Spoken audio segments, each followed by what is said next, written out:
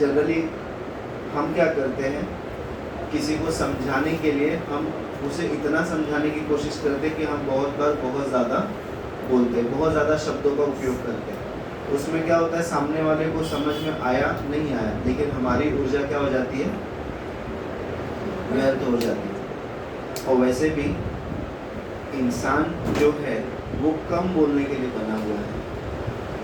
इसका एक एग्जांपल मैंने इसके पहले भी एक सेशन में कंडक्ट किया था, तो मैंने दिया था। इंसान के पास मुख कितने हैं, एक।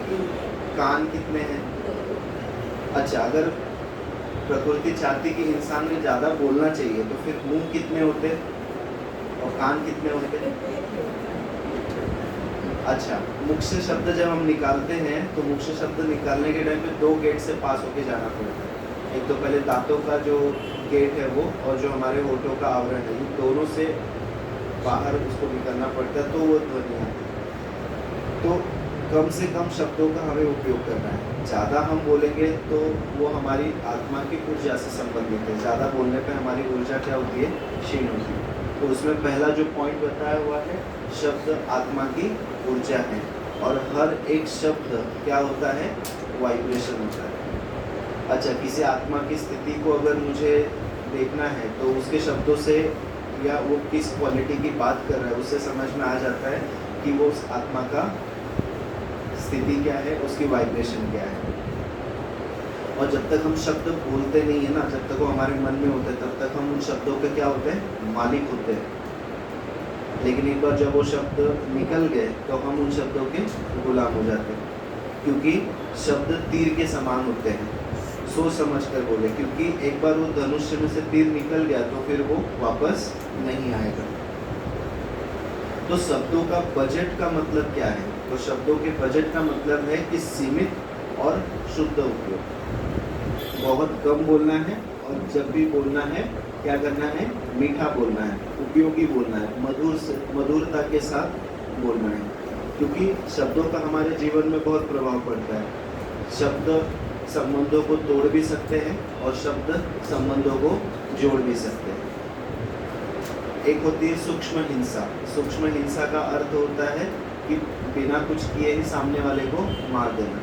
तो शब्द अगर हमारे कड़वे हैं, तीखे हैं, तो सामने वाले को शब्द बहुत तेज़ी से लग सकते हैं। इसके लिए भी एक एग्जांपल है कि जैसे समुद्र के किनारे बैठे या नदी के किनारे बैठे, पत्थर उठा करके हम उसमें से मार रहे हैं, तो वो पत्थर नदी में जा रहा है, हमें दिख रहा है कि वो नदी में जा रहा है या समुद्र के पानी में गिर रहा है, लेकिन वो कितनी गहराई तक जा रहा है वो हमें पता चलता है, नहीं पता चलता। तो जब हम शब्द बोलते हैं तो सामने वाले को कितना लग सकता है या हमारे शब्दों की वाइब्रेशन क्या है उसके ऊपर डिपेंड करता है कि वो कितनी गहराई तक जाएगा। जब हम राजयोग मेडिटेशन करते हैं तो हम शांति का अनुभव करते हैं, और जब हम शांति का अनुभव करते हैं तो हमारे जो शब्दों की वाइब्रेशन होती है वो बहुत ज़्यादा हाई होती है। जब हमारे शब्दों की वाइब्रेशन हाई होती है तो हम जब किसी से कुछ संवाद करते हैं, कम्युनिकेट करते हैं, तो वो सामने वाले को बहुत अच्छी तरह से समझ में आता है। अच्छा, शब्दों की रक्षा कैसे करें, जो 4th पॉइंट बताया हुआ कि शब्दों की रक्षा कैसे करें, तो हमें इस चीज़ का ध्यान रखना है कि बहुत कम बोलना चाहिए, शुद्ध बोलना चाहिए, और जब भी बोलना चाहिए कल्याणकारी बोलना चाहिए। किसी को भी उत्तर देने से पहले, रिस्पॉन्ड करने से पहले हमें क्या करना चाहिए, थोड़ा रुक करके विचार करना चाहिए। विचार करने के बाद सही शब्दों में उसको हमें क्या करना है, उत्तर देना है। मेनली प्रॉब्लम यही होता है कि हम क्या करते, सामने वाले ने अगर कुछ बोला तो हम तुरंत रिएक्ट कर देते हैं, और रिएक्ट करने के बाद जब शब्द हमारे मुंह से बाहर निकल गए तो फिर वो हमारे कंट्रोल में नहीं है। और ज़्यादा से ज़्यादा समय हमें कैसे रहना है, मौन में रहना है। जब हम मौन में रहते हैं तो हमारी शक्ति क्या होती है, जमा होती है।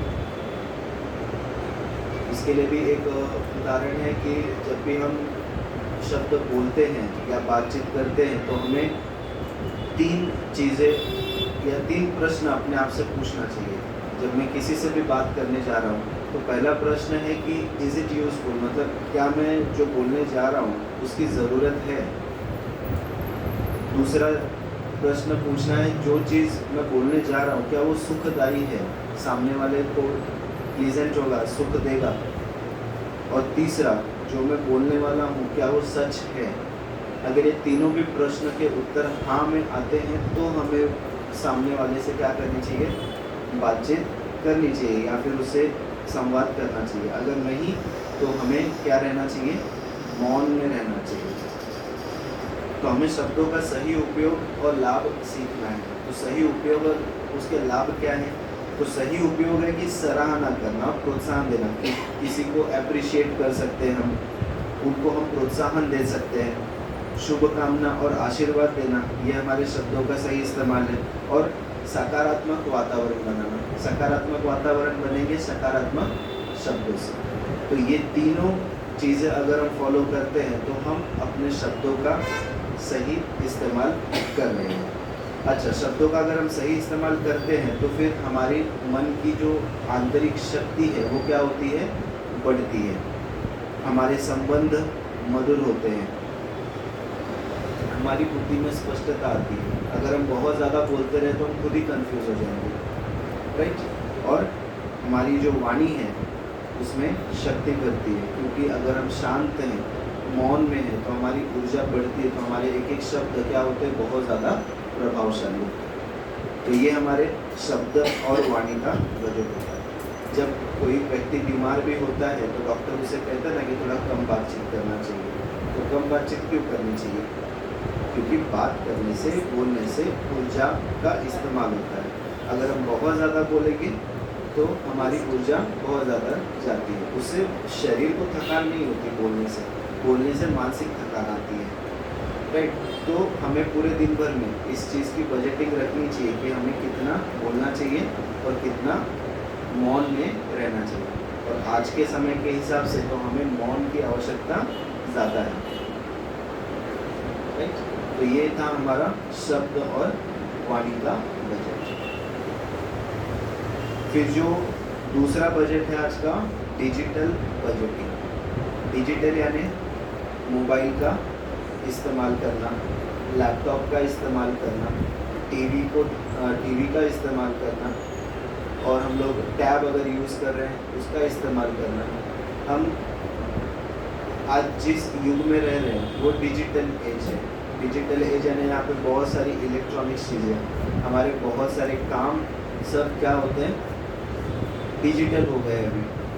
पहले की तरह बड़े से रजिस्टर में पेन लेकर के अभी कोई लिखता नहीं है। अभी कहीं पे भी अगर एंट्री करनी है तो फिर कहाँ पे करेंगे, कंप्यूटर पे करेंगे। अच्छा, अगर हमें किसी से बात करनी तो पहले के समय में हम चिट्ठी लिखते थे, अब चिट्ठी नहीं कोई लिखता। अब क्या करेंगे, कॉल करते हैं, मैसेज करते हैं, वीडियो कॉल करते हैं, राइट। तो बहुत सारी जो चीज़ें हैं वो डिजिटलाइज हो गई हैं, राइट। तो डिजिटलाइज होने की वजह से क्या हो गया है कि अगर हम मोबाइल का, कंप्यूटर का, लैपटॉप का बहुत ज़्यादा इस्तेमाल कर रहे हैं तो इसमें जो इनकी स्क्रीन होती है ना, इसमें से ब्लू लाइट निकलती है। ऐसा साइंस में बताया हुआ है, इसके ऊपर बहुत सारे रिसर्च भी हुए कि उसमें से ब्लू रेज निकलते हैं। वो जो ब्लू रेज होते हैं ना, वो हमारी जब आँखों पे जाते हैं तो हमारी आँखों के ऊपर उसका असर होता है। जब हम बहुत देर तक स्क्रीन को देखते रहते हैं तो फिर आँखों में थकान होती है, आँखें ड्राई हो जाती है, सूखी सूखी सी लगती है। ऐसा लगता है कि आँखों को बंद करके रखना चाहिए थोड़ी देर। ये ज़्यादा यूज़ हो गया उसका, तो इसका इफेक्ट आइज़ के ऊपर भी होता है। दूसरा, हमारा जो मन है वो एकाग्र होकर के काम करने वाला है। पहले के समय में एक व्यक्ति एक ही काम करता था, एकाग्र होकर के काम करता था, लेकिन अब उसके पास क्या है, मोबाइल है। तो मोबाइल में एक नोटिफिकेशन आया तो उसकी एकाग्रता क्या हो गई, कम हो गई। अच्छा, फ़ोन का इस्तेमाल पहले सिर्फ मैसेज करने के लिए और किसके लिए होता था, कॉल करने के लिए। अभी तो बहुत सारी चीज़ों के लिए होता है, सोशल मीडिया, न्यूज़, मतलब पूरा का पूरा टीवी मोबाइल में आ गया है।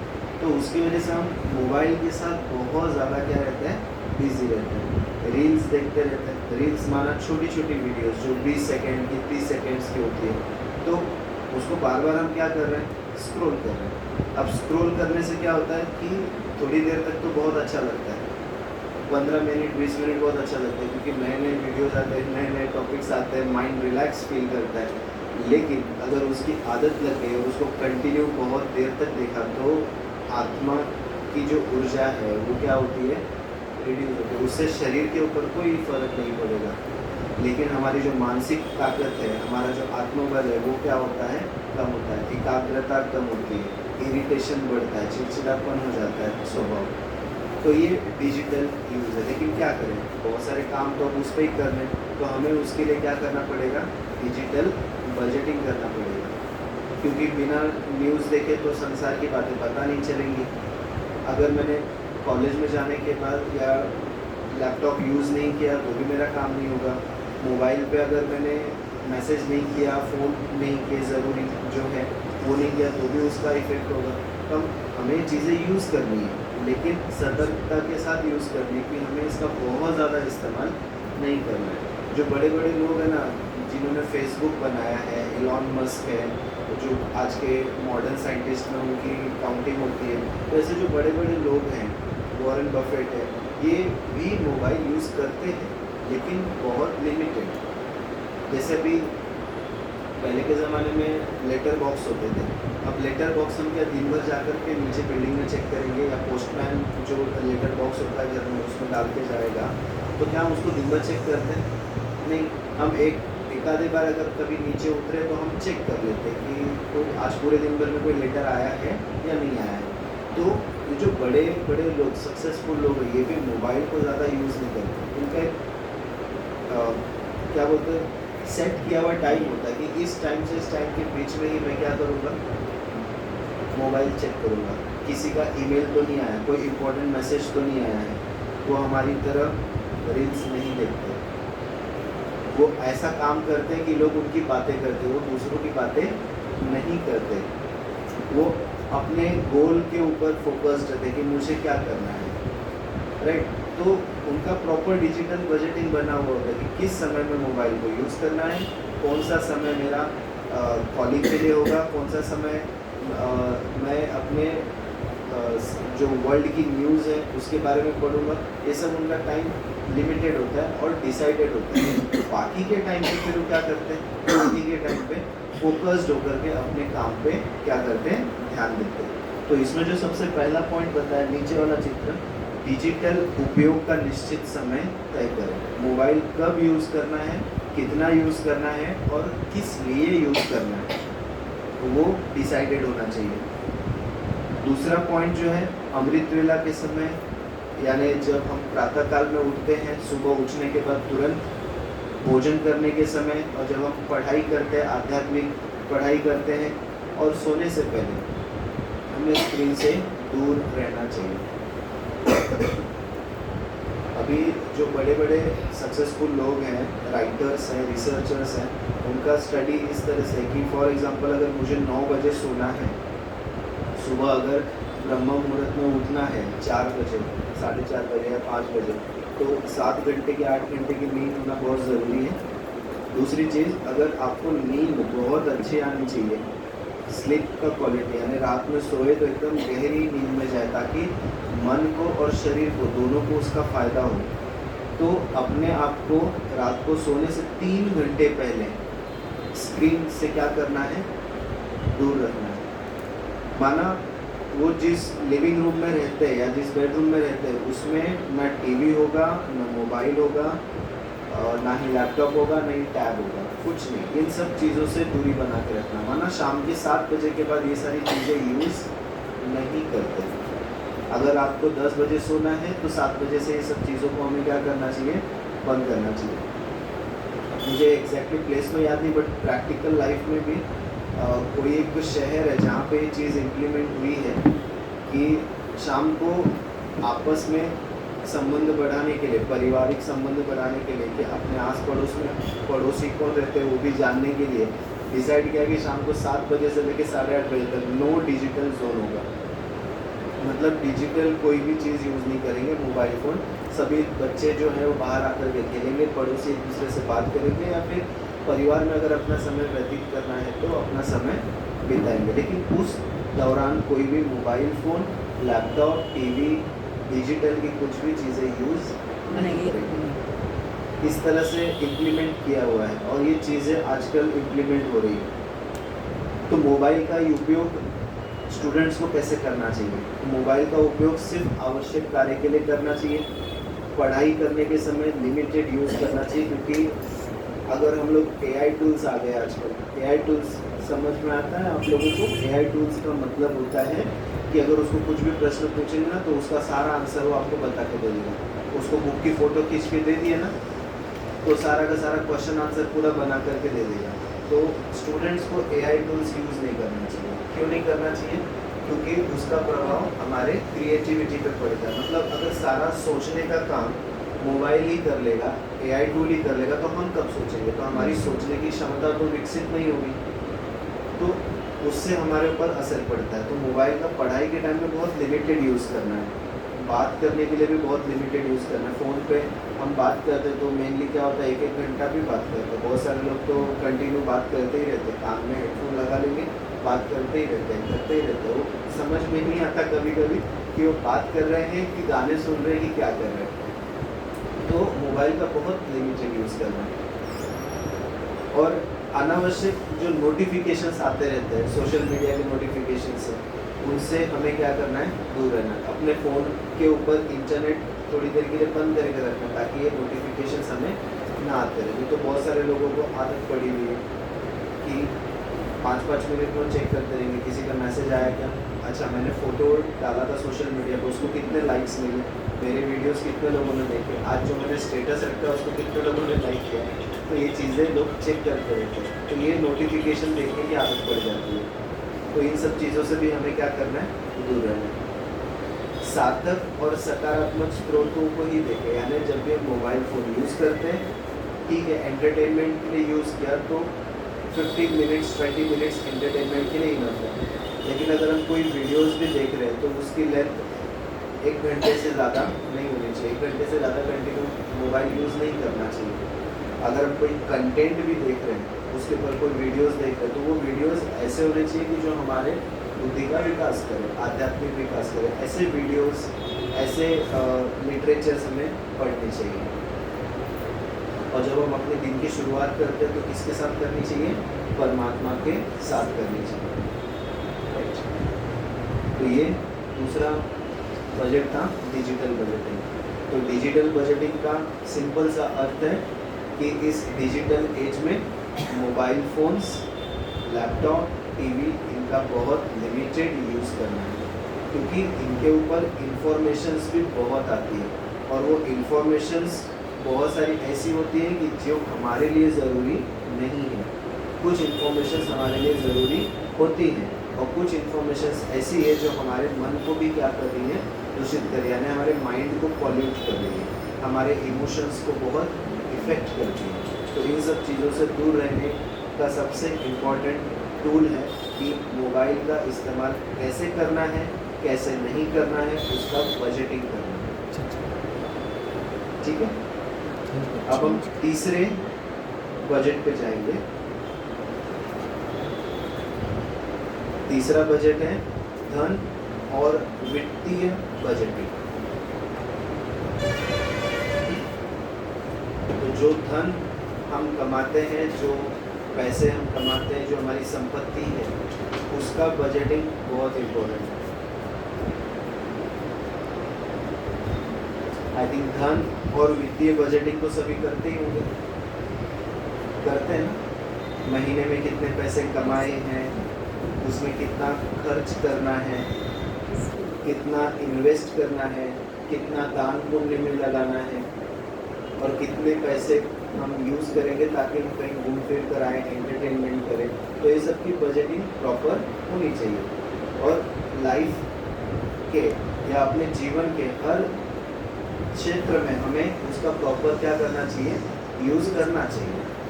अच्छा, बजटिंग का सबसे इम्पोर्टेंट ये होता है ना कि बजटिंग में हम सारी चीज़ों को देखते हैं, सारी चीज़ों के बारे में सोचते हैं। उसमें अगर कोई चीज़ अच्छी नहीं हो रही है तो हम उसको अच्छा बनाने के लिए प्रयास करते हैं, तो वो चीज़ क्या होती है? इम्प्रूव होती है, सुधरती है। लेकिन अगर हम लोगों ने बजटिंग ही नहीं की तो हमें पता ही नहीं है कि हम कितने कमा रहे हैं, कितना पैसा हमारा कहाँ जा रहा है, हमारा समय कहाँ पे जा रहा है। समय भी तो हमारा धन है ना, समय बहुत मूल्यवान है, ये तो हम बचपन से ही पढ़ते हैं। तो समय जो है वो भी बहुत इम्पोर्टेंट हमारे लिए है। तो जितनी भी हमारी आय है, संसाधन है, संपत्ति है, इन सब का ब्यौरा अपने पास होना चाहिए।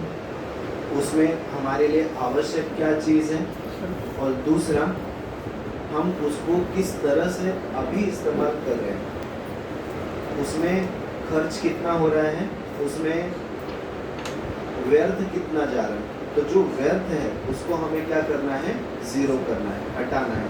तो उसके लिए हम क्या कर सकते हैं। जो दूसरा सेक्शन बताया उसमें संचित प्रयास और ऊर्जा, ये भी हमारा क्या है, धन है। हम अपने समय का इस्तेमाल किस तरह से कर रहे हैं, अपने समय को हम कहाँ इस्तेमाल कर रहे हैं कि हमारे अंदर कोई जो क्वालिटीज़ हमको ग्रो करनी है, कौशल जो हमें ग्रो करना है, वहाँ पे हम अपना समय यूज़ करें या हम अपना समय यूं ही व्यर्थ गवा रहे हैं। तो समय भी एक प्रकार का धन ही है, उसका भी हमें क्या करना है, बजटिंग करना है। तो जो हमारा एक एक रुपया होता है वो हमारे पैसे, हमारे समय, हमारे कौशल यानी टैलेंट से संबंधित होता है। तो इनका हम कैसे इस्तेमाल करते हैं, इनका हम प्रॉपर बजटिंग करके अगर यूज़ करते हैं तो हमारा समय क्या होगा, सफल होगा। और अगर समय सफल हो रहा है तो ऑब्वियसली हमने बहुत क्या किया, अपने समय को जमा किया। समय हमारा क्या है, मूल्यवान है। तीसरा जो पॉइंट है, ज़रूरतों को प्राथमिकता दें। ज़रूरत यानी आवश्यकता और इच्छा, ये दो चीज़ में डिफरेंस करते आना चाहिए। अगर मुझे कोई चीज़ आवश्यक है तो वो क्यों आवश्यक है, उसका प्रॉपर रीज़न मेरे पास होना चाहिए। अच्छा, कोई चीज़ मुझे दिख रही है लेकिन मेरी इच्छा है, लेकिन अगर वो चीज़ नहीं रहेगी तो भी चलेगा। तो इच्छा और आवश्यकता, ये दो चीज़ों में डिफरेंस करने आने, उनकी पहचान करने आना चाहिए। अभी आपके सामने एक टैब दिख रहा है, ये टैब मैंने खरीदा 1 साल पहले, लेकिन टैब खरीदने से पहले मैंने 1 साल पहले सोचा कि इसकी सच में ज़रूरत है क्या। मैं 1 साल तक सोचता रहा कि लूँ कि नहीं लूँ। अमेज़ोन पे जाता था, प्राइस देखता था, प्राइस देखने के बाद लगता था कि नहीं ले तो लूँगा मैं, लेकिन क्या सच में अभी ज़रूरत है क्या। मेरे पास तो लैपटॉप भी है, कॉलेज में पीसी भी है, मोबाइल पे भी है। अच्छा, इसमें क्या ऐसा स्पेशल है कि मैं इसको खरीदूँ। अच्छा, 1 साल तक मैं सोचता रहा, फिर 1 साल के बाद मैंने इस चीज़ को खरीदा। ओके, जब हम डीमार्ट जाते हैं, खरीदी करने के लिए जाते हैं, तो डीमार्ट में या फिर कभी भी सुपरमार्केट में जा रहे हैं, तो जाने के बाद चीज़ें बड़ी लुभावनी लगती है। एक तो वहाँ पे सेल लगी हुई होती है, और दूसरा छोटे पैकेट का प्राइस ज़्यादा रहता है, बड़े पैकेट का प्राइस कम रहता है। तो हम कभी कभी सोचते हैं कि क्या सच में इसकी ज़रूरत है, क्या लेना चाहिए, क्या नहीं। आगे तो हम यूज़ करने ही वाले हैं, लेकिन अभी खरीदेंगे तो थोड़ा कम पैसे में होगा। लेकिन कम पैसे में आप खरीद तो लेकर आओगे, खरीद के तो ले आओगे उसे, लेकिन उसको फिर संभाल के रखने की जिम्मेदारी भी तो आपकी है। फिर उसको संभाल के रख पाओगे क्या। ये एक्सपीरियंस भी मेरे साथ हुआ था जब हम यहाँ से कलवा से उधर शिफ्ट हुए थे। तो बिग बाज़ार करके था, तो बिग बाज़ार में मैं एक बार गया शॉपिंग करने के लिए, मेरा पहला एक्सपीरियंस था वहाँ पे। तो चीज़ें मुझे बड़ी सस्ती लगी वहाँ पे। मैंने बोला यार इतना सस्ता मिल रहा है, लेकिन ये था कि छोटे पैकेट्स नहीं थे, बड़े बड़े पैकेट्स थे। मतलब अगर मुझे ज़रूरत सिर्फ 100 ग्राम की है तो वहाँ पे 100 ग्राम का पैकेट नहीं था, 500 ग्राम का पैकेट था। मैंने बोला ठीक है ना, यूज़ तो करना ही है। अब मैंने काफ़ी वहाँ से सामान खरीदा, घर पे लेके आया, लेकिन देखा कि उस चीज़ का उतना यूज़ नहीं हो रहा है, और बाद में कई सारी चीज़ें एक्सपायर होने के बाद, ख़राब होने के बाद फेंकी गई। तो धन का तो वहाँ पे क्या हो गया, धन वेस्ट हो गया ना। अच्छा, लेकिन वो एक्सपीरियंस करने के बाद फिर समझ में आएगी नहीं, जिस चीज़ की ज़रूरत जितनी होती है वो चीज़ उतनी ही खरीदनी चाहिए, आवश्यकता नहीं खरीदनी चाहिए। हाँ, लुभावना लगता है, स्पेशली जब by one get one free रहता है। यूज़ भी नहीं होता है। हाँ, तो धन का इस्तेमाल करना चाहिए बहुत सोच समझ कर कि मेरी सबसे पहले ज़रूरत क्या है, अपनी ज़रूरतों को पूरा करना चाहिए। आवश्यकता है जो है, सबसे पहला हमारा भोजन, जहाँ पे हम रहते हैं, घर, शिक्षा और स्वास्थ्य को कवर करें, ये बहुत ज़रूरी है। इनके ऊपर धन को हमें खर्च करना है, लेकिन बहुत सोच समझ कर। अच्छा, इनके बाद भी हमें क्या करना है, जो नेक्स्ट पॉइंट पे बताया, समझदारी भरी बचत भी करनी है और निवेश भी करना है, क्योंकि भविष्य में जब हम आगे बढ़ेंगे तो अभी आज मैं अगर बहुत पैसे कमा रहा हूँ तो ज़रूरी है कि मैं 20 साल 25 साल बाद भी उतना ही कमाऊँगा। आज जो परिस्थिति है 20 या 25 साल बाद परिस्थिति वैसे ही होगी क्या? नहीं होगी। तो मुश्किल समय के लिए भी हमें क्या करना चाहिए, कुछ पैसे बचत करके रखने चाहिए। तो आपातकालीन स्थिति में और भविष्य में अपने विकास के लिए, अपने परिवार के लिए भी हमें कुछ धन को क्या करना चाहिए, आरक्षित करके जमा करके रखना चाहिए। अच्छा, धन को इन्वेस्ट करने में भी बहुत समय क्या होता है कि हम लालच में आ जाते हैं और हम ऐसी जगह पैसे इन्वेस्ट कर देते हैं कि जहाँ पे अपने को लगता है कि बहुत अच्छे रिटर्न्स आएंगे, यहाँ पे पैसा हमारा बहुत बढ़ के मिलेगा, लेकिन फिर क्या हो जाता है, वहाँ पे स्कैम हो जाता है, गड़बड़ हो जाती है। तो वहाँ पे भी जब पैसे इन्वेस्ट करते तो बहुत सोच समझ के करना चाहिए। जहाँ पे आपको लगता है कि हाँ सेफ है, मुझे अभी बहुत ज़्यादा पैसों की ज़रूरत नहीं बट मेरे पैसे सेफ रहे, ऐसे इन्वेस्टमेंट को चूज़ करना चाहिए। बहुत ज़्यादा लोग मार्केट में क्या करते हैं, कम समय में ज़्यादा पैसा कमाने के लिए ऐसे जगह पे पैसा लगा देते हैं कि मार्केट थोड़ा सा ऊपर नीचे हुआ तो सारा का सारा पैसा क्या हो जाता है, डूब जाता है। तो गए थे फ़ायदा कमाने, लेकिन क्या कमा लिया, नुकसान कमा लिया। तो जो चीज़ हमें नहीं पता है उसके बारे में सबसे पहले क्या करनी चाहिए, जानकारी लेनी चाहिए, विचार विमर्श करना चाहिए, सोचना चाहिए, समझना चाहिए, फिर संभल करके समझदारी के साथ निर्णय लेना चाहिए। अच्छा, अब 3 चीज़ें हो गई, हमने 2 चीज़ें हो गई। एक तो सबसे पहले ज़रूरत की चीज़ें, फिर हमने कुछ पैसे बचा भी लिए, फिर कुछ पैसे हमें सेवा और आध्यात्मिकता के लिए भी क्या करने चाहिए, अपने बचा कर रखने चाहिए। जैसे कि सेवा करना, दान करना और ईश्वर से संबंधित सेवाओं में उस पैसे को खर्च करना। बचपन से ये चीज़ें करते आए हैं, देखते आए, तो उसका भी प्रॉपर बजटिंग होना चाहिए कि हाँ इतना इतना अमाउंट तो मैं अपने दान पुण्य ईश्वर की सेवा के लिए क्या करूँगा, यूज़ करूँगा। तो उस चीज़ की भी बजटिंग होनी चाहिए। मेनली क्या होता है, लोगों का जो आज मन जुड़ा हुआ है ना, वो धन के साथ में जुड़ा हुआ है। तो जब भी हम धन कमाते हैं, पैसे कमाते हैं, तो हमें इस तरीके से कमाना चाहिए कि वो धन पूरी तरह से क्या होना चाहिए, शुद्ध होना चाहिए, ईमानदारी से कमाए हुए होना चाहिए। किसी को धोखाधड़ी करके या किसी का 1 रुपया भी हमें नहीं चाहिए। तो इस तरह से अगर पवित्रता के साथ, शुद्धता के साथ, ईमानदारी के साथ अगर हम अपने धन को कमाते हैं तो 1 रुपया भी हमें क्या करेगा, सुख और शांति देगा, समृद्धि लेकर आएगा। लेकिन अगर किसी को धोखा दे करके कमाए हुए पैसे हैं तो वो पैसे थोड़े से समय के लिए सुख दे सकते हैं, लेकिन जिस दिन वो पाप का घड़ा भरेगा उस दिन उसके रिटर्न्स आना क्या हो जाएंगे, चालू हो जाएंगे।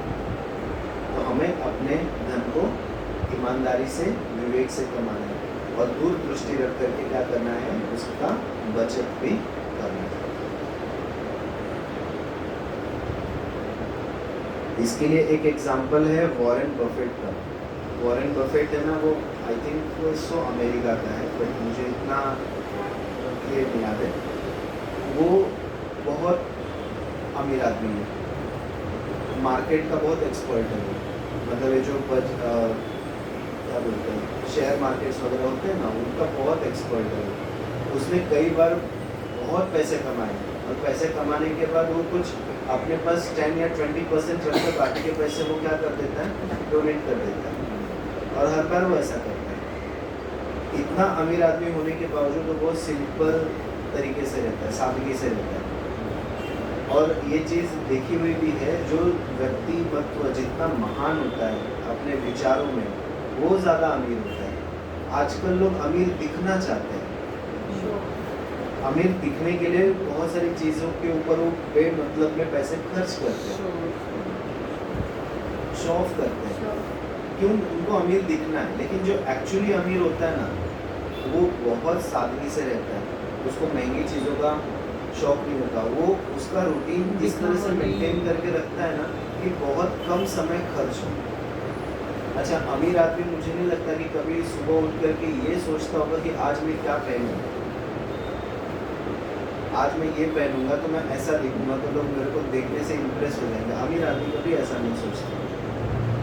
अमीर आदमी सुबह उठने के बाद वो जितना सिंपल तरीके से रहता है ना, वो कभी इतना भी नहीं सोचता होगा कि मेरे बाल आज ऐसे होने चाहिए, मेरी हेयर कटिंग ऐसी होनी चाहिए। बहुत सिंपल तरीके से रहते हैं, सादगी, कपड़े सिंपल रहेंगे, उनकी चीज़ें बहुत सिंपल रहेंगी, लेकिन उनके जो विचार होते हैं ना वो बहुत ज़्यादा हाई होते हैं। उनका सोचने का तरीका, उनका देखने का तरीका बहुत अलग होता है, और वो पूरे फोकस्ड होते हैं अपने काम को लेकर। और वो एक एग्जांपल इसका दिया था मार्क जुकरबर्ग, जिसने आई थिंक सो फेसबुक, धन से रिलेटेड रहता है, जो ओनली धन कमाना। वो एक ही तरह के कपड़े पहनता है ताकि उसको चूज ना करना पड़े अगले दिन कि मैं क्या पहनूं। उसकी टी शर्ट और उसके जो ट्राउज़र है उसका कलर सेम रहता है, और एक ही कलर के कपड़े वो रोज पहनता है। तो ऐसा मैंने पढ़ा था, तो उसमें उनका जो समय है वो कपड़े चूज करने में वेस्ट ना हो। तो हम कितना समय लगाते हैं कपड़े चूज करने में, कहीं शादी वगैरह में जाना है तो कितना समय लगाते हैं, या कहीं बाहर कहीं घूमने जाना है, पार्टीज़ में जाना है, फ्रेंड के यहाँ पे जाना है, तो हम बहुत ज़्यादा समय लगाते हैं। लेकिन जो अमीर आदमी होते हैं वो बहुत सादगी से रहते हैं, वो दिखना नहीं चाहते, वो उनके चेहरे की वाइब्रेशन, उनके बोलने का तरीका, उनका रहन सहन बहुत सिंपल होता है। वो सिंप्लिसिटी से पता चलता है कि वो अमीर आदमी है। आजकल लोग दिखना चाहते हैं, बनना नहीं चाहते।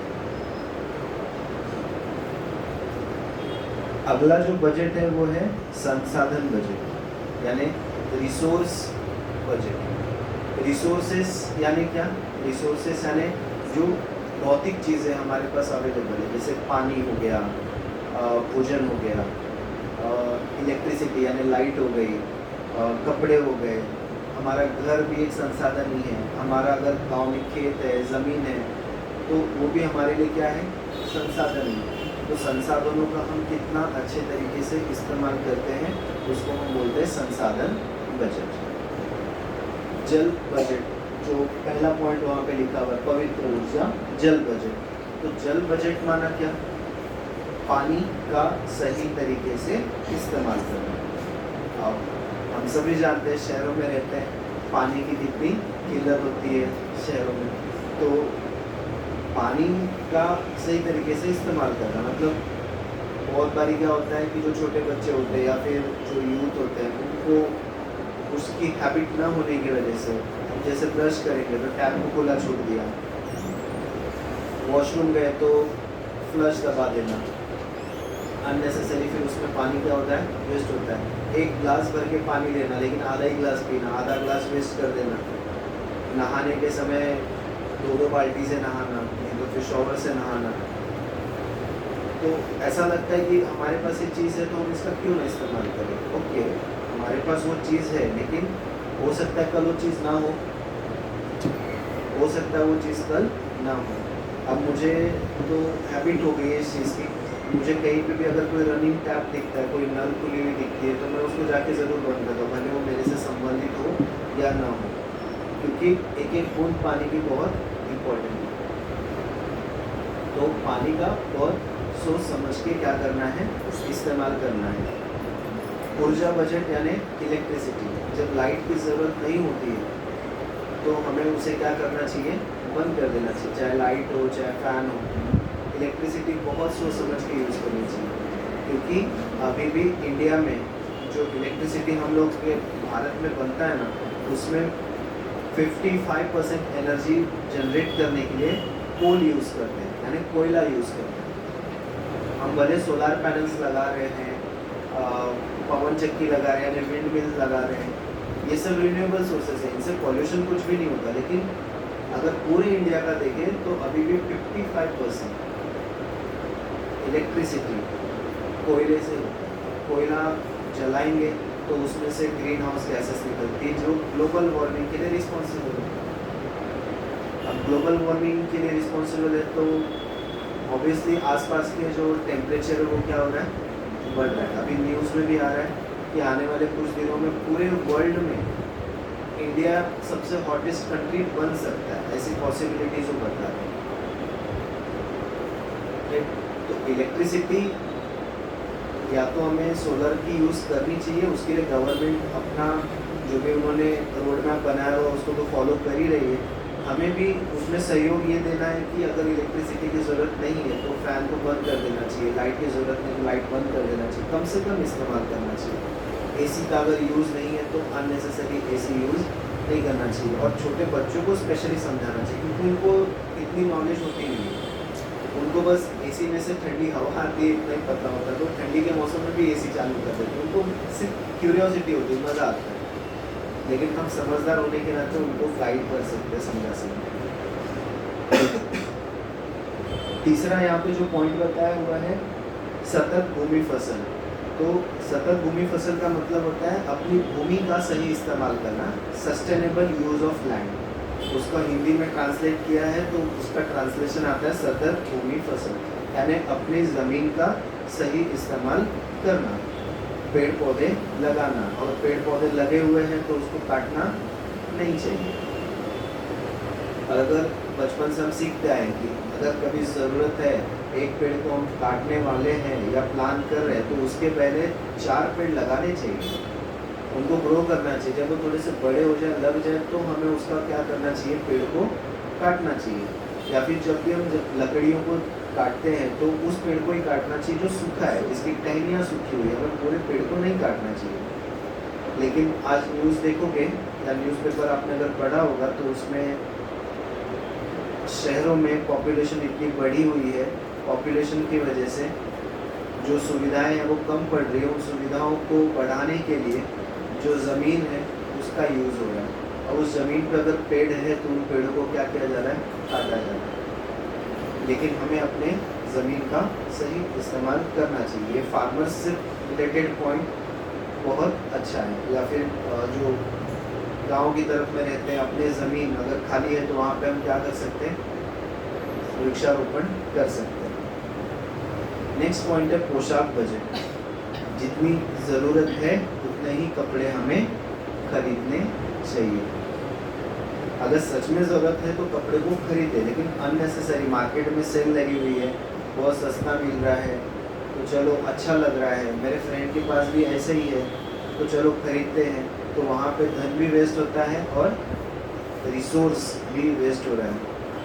क्योंकि उस कपड़े को बनाने के लिए फैक्ट्री में बनाया होगा कपड़ा, फैक्ट्री में बनाया होगा तो फैक्ट्री में कपड़ा बनाने के लिए इलेक्ट्रिसिटी यूज़ करते हैं।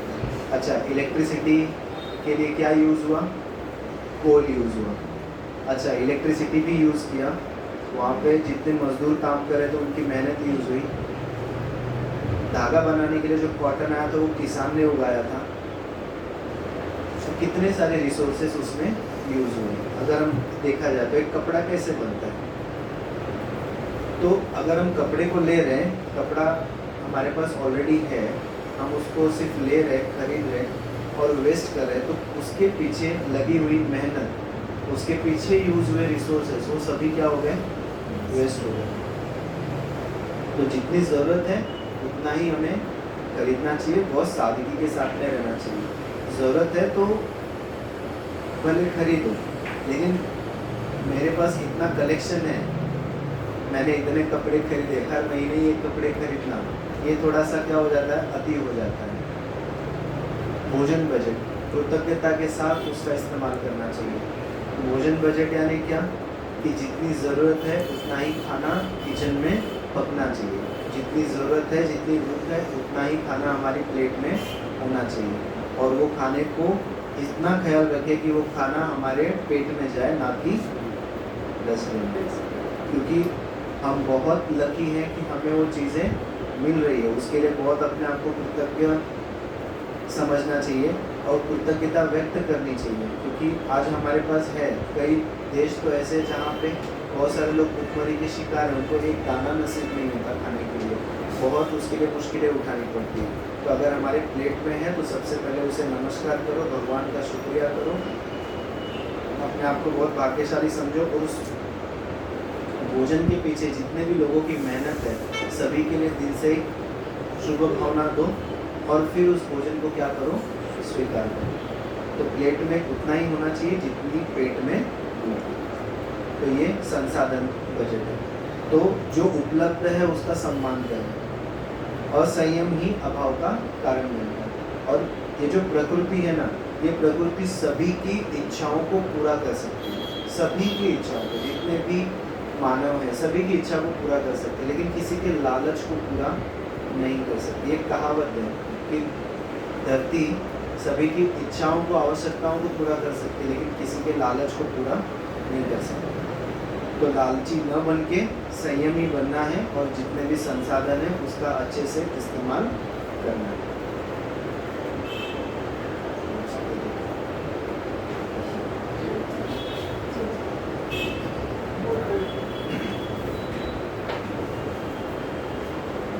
आज का जो अगला बजट है वो है संबंधों का बजट।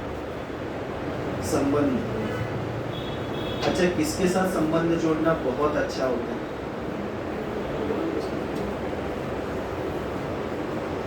एक ऐसे व्यक्ति के साथ या एक ऐसे के साथ संबंध जोड़ना जिसके साथ बात करने के बाद या जिसके साथ रहने के बाद मेरी ऊर्जा में क्या हो, वृद्धि हो, मैं बहुत क्या करूं, शक्तिशाली, पावरफुल फील करूं, तो ऐसा संबंध बहुत अच्छा होता है। तो ऐसे संबंधों में निवेश करें जो आत्मा को क्या करे, बल दे, ना कि आत्मा को क्या करे, थकाए। अभी कुछ दिन पहले मैंने एक इमेज देखी थी, उसमें सब पेड़ का चित्र बनाया हुआ था। उस पेड़ के चित्र में बीच में व्यक्ति को दर्शाया था, और पेड़ के जो राइट साइड है ना, उसके ऐसे संबंध हैं जो नेगेटिव हैं, जो निराश है, जो उदास है, और एक तरफ में दिखाया था कि जो लोग पॉजिटिव हैं, जो लोग क्या है, सकारात्मक हैं, पॉजिटिव हैं और ऊर्जा से भरपूर है। तो हमें किन लोगों के साथ संबंध जोड़ना चाहिए? सकारात्मक, क्योंकि अगर सकारात्मक के साथ में रहेंगे तो हमारी ऊर्जा भी क्या रहेगी, सकारात्मक होगी। नेगेटिव यानी जो हमेशा कंप्लेन करते हैं, जो यहाँ वहाँ की बातें करते हैं, चुगली करना, फिर पास्ट की बातों को निकाल के पश्चाताप करना, तो ये सब नेगेटिव एनर्जी है। तो ऐसे लोगों से क्या करना चाहिए, थोड़ा सा डिस्टेंस मेंटेन करना चाहिए। और ऐसे लोग जो सकारात्मक बातें करते हैं कि भविष्य में हमें आगे बढ़ने के लिए और क्या करना चाहिए, परमात्मा के साथ संबंध कैसे जोड़ना चाहिए, आध्यात्मिकता के बारे में बातचीत करते हो, या कुछ ऐसी बात जिससे हमारी आत्मिक उन्नति हो, ऐसे लोगों के साथ हमें संबंध जोड़ना चाहिए। तो कंडीशनल नहीं बनना है कि आज ये बहुत अच्छा है तो इसके साथ संबंध बहुत अच्छे, आज इसकी परिस्थिति थोड़ी सी डाउन है या स्थिति डाउन है तो उनके साथ संबंध थोड़ा सा दूर, ऐसे कंडीशनल नहीं बनना है। और अपने लाइफ में क्वालिटी पीपल होने चाहिए, मतलब दोस्त उंगलियों पे गिने चुने होने चाहिए, लेकिन वो क्वालिटी पर्सन होने चाहिए। मतलब ऐसे कि वो आपको क्या करे, सच में सहारा दे, या फिर आपके जीवन में उनका कुछ बहुत बड़ा रोल हो, आपको ऊपर की तरफ उठाए। बहुत सारे लोग क्या देखते हैं ना, क्वांटिटी देखते हैं। आजकल ये जो फेसबुक और इंस्टाग्राम है, इस पे बीच में एक फीवर आया था कि मेरे कितने फॉलोअर्स हैं, मेरे को कितने लोग फॉलो करते हैं। फेसबुक पे ये था कि मेरे कितने फ्रेंड हैं, मेरे तो 1000 फ्रेंड है, 1000 में से एक भी अच्छे से जानता है क्या आपको, या 2 लोग भी जानते होंगे क्या। तो नंबर्स ज़्यादा नहीं होने चाहिए, दोस्त कम रहेंगे तो भी चलेगा, लेकिन कैसे फ्रेंड होने चाहिए, क्वालिटी पर्सन होने चाहिए जो आपको आगे की तरफ बढ़ाए, मुसीबत में आपका साथ दे, ऐसे होने चाहिए। तो सबसे इम्पोर्टेंट जो संबंध है वो हमारा खुद का खुद से है, स्वयं का स्वयं से संबंध है। आज की मुरली में भी ये पॉइंट आया हुआ है, बाप के साथ, परिवार के साथ और स्वयं के साथ, ड्रामा के साथ में हाँ कैसे निश्चय होना चाहिए। तो ये पॉइंट यहाँ पे भी लागू है, मतलब जो बाकी की दुनिया के लोग हैं उनके लिए भी ये चीज़ लागू है, क्योंकि परिवार के साथ संबंध हमारा बहुत अच्छा होना चाहिए, स्वयं के साथ संबंध बहुत अच्छा होना चाहिए, और जब हम परमात्मा से जुड़ते हैं तो परमात्मा के साथ में भी हमारा संबंध क्या होना चाहिए, बहुत अच्छा होना चाहिए। लेकिन मोस्टली क्या होता है कि बाहर की दुनिया में अगर कभी कुछ प्रॉब्लम आती है तो वो हमेशा दूसरों को ढूंढते हैं कि मैं किसको अपनी ये प्रॉब्लम बताऊं और ये मेरी प्रॉब्लम क्या हो जाए, सॉल्व हो जाए। वो अपनी प्रॉब्लम सिर्फ बता रहे हैं और चाह रहे हैं कि उसका सोल्यूशन मिले, तो वो अपने नज़दीकी संबंधों में देखते हैं, अच्छा वो प्रॉब्लम सॉल्व नहीं हुई तो फिर उनके लिए वो संबंध क्या हो जाते हैं, कड़वाहट से भर जाते हैं। खुद से बात करने की क्षमता किसी में है ही नहीं, कि खुद से कैसे बात करें, खुद से अपना रिलेशन कैसे हम इम्प्रूव कर पाएँ। जैसे कि खुद को क्रिटिसाइज़ नहीं करना चाहिए कभी भी। माना ठीक है कोई गलती हो गई मुझसे, तो ठीक है आज मेरे से गलती हो गई, बट नेक्स्ट टाइम मैं ये गलती नहीं करूँगा, इसका ध्यान रखूँगा। लेकिन उनके शब्द उल्टे होते हैं, मैं ही गलत हूँ, मैं ही नेगेटिव पर्सन हूँ, मैंने ही ये सब किया। तो ये सब क्या करते हैं हम लोग, नेगेटिव थॉट्स खुद के ऊपर ही डाल देते। तो खुद से ही संबंध अच्छे नहीं है तो औरों के साथ संबंध कैसे सुधरेंगे। खुद को क्रिटिसाइज करते हैं, खुद को नेगेटिव पर्सन इंडिकेट करते हैं। तो जब भी हम संबंधों में जाते हैं तो संबंधों में बहुत समझदारी से निवेश करना है, क्योंकि जब संबंध होते हैं ना वो हमारे इमोशनल लेवल पे जुड़े होते हैं। संबंध पॉजिटिव है तो इमोशंस पॉजिटिव रहेंगे, संबंध नेगेटिव है तो इमोशंस भी क्या रहेंगे, नेगेटिव रहेंगे। ऊर्जा का विनियम, जब हम अपने दोस्तों के साथ मिलते हैं, बातचीत करते हैं या किसी व्यक्ति विशेष के साथ बातचीत करते हैं, तो चेक करना चाहिए कि बात करने के बाद मैं उनसे हल्का महसूस कर रहा हूँ या उनसे बात करने के बाद मैं हेवी महसूस कर रहा हूँ। क्योंकि सामने वाले की एनर्जी के ऊपर भी डिपेंड करता है कि उसके साथ संबंध कितनी गहराई तक रखना है। नेगेटिव पर्सन है तो थोड़ा सा डिस्टेंस पे रहना है। ये अभी प्रैक्टिकली मैंने अभी एक फील किया था कॉलेज में। एक स्टूडेंट है, वो काफ़ी दिनों से कॉलेज नहीं आ रहा था, तो कुछ तो बातें बता रहा था। तो मेरे फ्रेंड से मैंने पता किया कि उसको क्या प्रॉब्लम है। तो मैंने सोचा कि शायद मैं उसकी कुछ काउंसलिंग करूँ तो कुछ हेल्प हो जाएगी उसको। तो मैंने उससे बुलाया बात करने के लिए। तो मुझे लगता है जितने दूर पे ईश्वर भाई बैठे, इतनी दूर पे मैं उसके साथ में बैठा था। वो स्टूडेंट इतना रॉन्ग वे में गया हुआ है और इतनी नेगेटिव बातें कर रहा था कि मैंने उसको बहुत समझाने की कोशिश की, लेकिन वो अपनी बात को पकड़ के बैठा हुआ है। और उससे बात करने के बाद थोड़ी देर के बाद मेरा सिर हेवी हो गया। तो फिर मैंने डिसाइड किया कि नहीं, थोड़ा सा डिस्टेंस रखना चाहिए। तो ऐसा अनुभव हम सभी को कभी ना कभी हुआ होगा। सन का असर पड़ता है ना, राइट। तो अभी संग का असर से बचने के लिए हमें क्या करना चाहिए। जो हमारा सुरक्षा कवच है, आध्यात्मिक सुरक्षा कवच, उसको मुझे क्या करना पड़ेगा, मजबूत करना पड़ेगा। यानी अपना जो ऑरा है वो ऑरा क्या करना पड़ेगा, पावरफुल बनाना पड़ेगा। तो ऑरा पावरफुल बनाने के लिए मुझे क्या करना पड़ेगा, परमात्मा से जुड़ना पड़ेगा, राइट। और किसी से भी कोई भी अपेक्षा नहीं रखनी है, एक्सपेक्टेशन नहीं रखनी है। जो भी व्यक्ति है उसे मुझे क्या करना है, एक्सेप्ट करना है, जो जैसा है वैसा, लेकिन किसी से कोई एक्सपेक्टेशन नहीं रखनी है। यहाँ पे एक वर्ड यूज़ किया हुआ है, संप्रभुता। संप्रभुता मीन्स वर्ड परमात्मा के साथ डिवाइन कनेक्शन, भावनात्मक सीमाएं, किसी से बहुत ज़्यादा इमोशनली अटैच नहीं होना है। इमोशनली अटैच होते हैं ना तो प्रॉब्लम हो जाती है। अगर हम लोग इमोशनली डिटैच हैं तो फिर प्रॉब्लम नहीं होती। इमोशनली अटैच कैसे हो जाते हैं कि यार ये तो मेरा फ्रेंड है, ये तो मेरा बचपन का फ्रेंड है, माँ है, भाई है, बेटा है, इस तरह से। और काम के संबंध में हम एक दूसरे से क्या हो जाते हैं, इमोशनली अटैच हो जाते हैं। लेकिन ये ध्यान रखना कि हर कोई क्या है, चेतन शक्ति है। जैसे मैं एक आत्मा हूँ वैसे सामने वाली भी आत्मा है। हर एक आत्मा का अपना अपना क्या है, रोल है। हर एक आत्मा का अपना भाग्य है, हर एक आत्मा के अपने संस्कार हैं। जब हम इन चीज़ों को थोड़ा सा गहराई से चिंतन करते हैं ना तो हम उससे क्या होता है, थोड़ा डिटैच हो जाते हैं। हमें किसी पे भी निर्भर नहीं रहना है, निर्भरता में बदलाव करना है, किसी व्यक्ति के ऊपर निर्भर नहीं होना। हमें अगर निर्भर होना है तो किसके ऊपर, स्वयं के ऊपर और परमात्मा के ऊपर। जब हम स्वयं पे निर्भर होते हैं और परमात्मा से कनेक्शन जोड़ते हैं तो हमें आत्मसम्मान, हमारे आत्मसम्मान में वृद्धि होती है। और हर किसी के साथ एक सेफ डिस्टेंस रखना है। स्नेह में दूरी उसको बोलते हैं, अति लगाव के बिना। अटैचमेंट नहीं होना चाहिए किसी से। Everyone is playing their own part, हर कोई अपना अपना रोल क्या कर रहा है, प्ले कर रहा है। तो संबंधों में बजट इस तरह से हमें करना है, ठीक है। फिर आज का जो लास्ट पॉइंट है वो है स्वास्थ्य बजट। क्योंकि एक बार स्वास्थ्य अगर जाता है तो किसी भी कीमत पर वो आता नहीं है। ऐसा बोलते हैं कि जब तक यूथ थे, यंग थे, तब तक दौड़ दौड़ के भाग भाग के टेंशन ले लेके पैसा कमाया। पैसा कमाने के चक्कर में हेल्थ चली गई। अब हेल्थ को रिकवर करने के लिए बहुत ज़्यादा पैसा क्या कर रहे हैं, खर्च कर रहे हैं, राइट। तो स्वास्थ्य कोई खर्च नहीं है, बल्कि जीवन की सबसे बड़ी पूंजी है। और आज के टाइम में तो सबसे इम्पोर्टेंट है अपने हेल्थ का बचाव करना।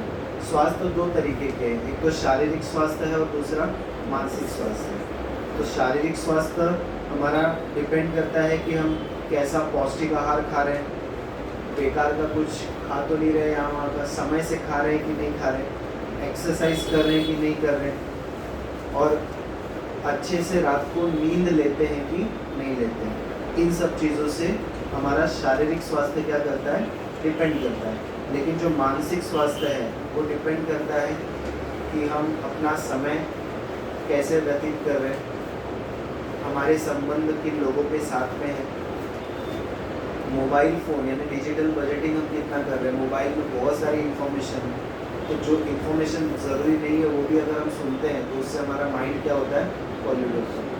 और आजकल सबसे ज़्यादा जो इमोशनली इंसान ड्रेन्ड हो गया है ना, इमोशनली भावनात्मक रूप से एकदम खाली हो गया है, उसको कोई भी चीज़ भर नहीं सकती, उसको वो स्वयं खुद भर सकता है, और तब भरेगा जब वो परमात्मा के साथ अपना संबंध जोड़ता है, राइट। तो हमें स्वास्थ्य में निवेश करना है, अच्छा खाना है और समय पे सोना है, रेगुलर एक्सरसाइज करनी है। आज हम लोगों ने योगा का भी सेशन देखा, तो योगा भी करना है। ये सब चीज़ें हमारे लाइफ में बहुत ज़रूरी है, बहुत ज़रूरी है। हम जब छोटे थे तो मराठी के चैप्टर में ना एक मराठी सब्जेक्ट में एक चैप्टर पढ़ा था, आरोग्याची गुरुकिल्ली। मतलब स्वास्थ्य को अगर अच्छा रखना है हमेशा तो कैसे रख सकते हैं। तो मैं सिर्फ उसका कंक्लूजन आपको बताता हूँ, आप लोगों ने भी पढ़ा होगा कि हमारा जो पेट होता है ना, उसमें जितनी भूख लगी होती है उसका आधा ही खाना खाना चाहिए। मतलब 100% है तो उसमें 50% खाना खाना चाहिए, 25% यानी आधे का भी आधा जो है वो पानी के लिए जगह रखनी चाहिए, और जो 25% बचा हुआ 25% वो हवा के लिए रखना चाहिए। लेकिन क्या करें, मन तो बच्चा है ना, तो लालच में क्या करते हैं, बहुत सारी चीज़ें हम खाना चाहते हैं, और जब बहुत सारी चीज़ें खाते हैं, जब पेट 100% भर जाता है तो ना पानी के लिए जगह होती है ना हवा के लिए जगह होती है। तो उसका डाइजेशन अगर प्रॉपर नहीं होगा तो फिर, और जितनी भी बीमारियां होती हैं शरीर से संबंधित, वो सारी बीमारियां पेट से स्टार्ट होती हैं। अगर पेट ठीक है, आपका आहार ठीक है, एक्सरसाइज ठीक है, तो सब कुछ, तो ये एक दिन में नहीं होगा। इसके लिए हमें क्या करना पड़ेगा, रोज़ एफर्ट देना पड़ेगा। तो आज हमने ये 6 बजट कवर किए, कि आने वाले सत्र में और 4 बजट बचे वो हम कवर करेंगे। अच्छा, ओम शांति।